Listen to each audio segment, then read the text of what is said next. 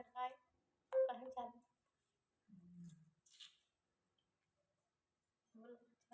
दोस्तों, राधे राधे, जय श्री कृष्णा। मैं हूं नीलम तिवारी और ये हमारी बहनें हैं।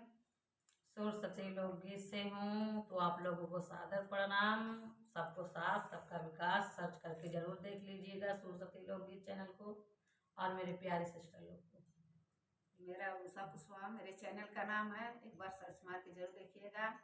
हम लोग बहुत दूर से आए हैं। उर्मिला मौर्य मेरे चैनल का नाम है। दोस्तों, ज़्यादा से ज़्यादा सपोर्ट करना बहन का, चैनल पे जाना और सर्च मार के देखिएगा। और बहुत अच्छा अच्छा गीत गाती हैं हमारी बहनें, और प्यार और दुलार आशीर्वाद अपना देना। दोस्तों कमेंट में बताना है दोस्तों कैसा लगा। बहुत अच्छा अच्छा गारी गीत भी सुनाएंगी आप लोग, चुटकुला धमाकेदार।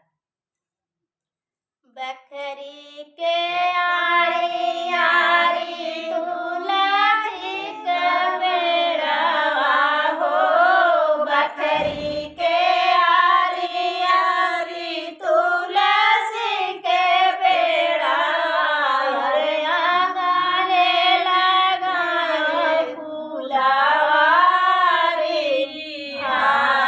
सीताराम से भजो, अरे आंगने लगायो फूलवा रे, सीताराम से भजो।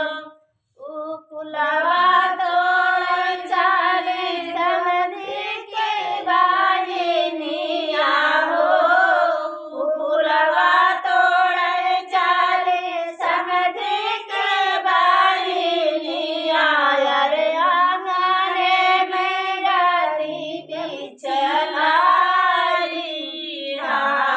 सीताराम से भजो, अरे आंगने में गाती बिचलाई, सीताराम से भजो। हमारे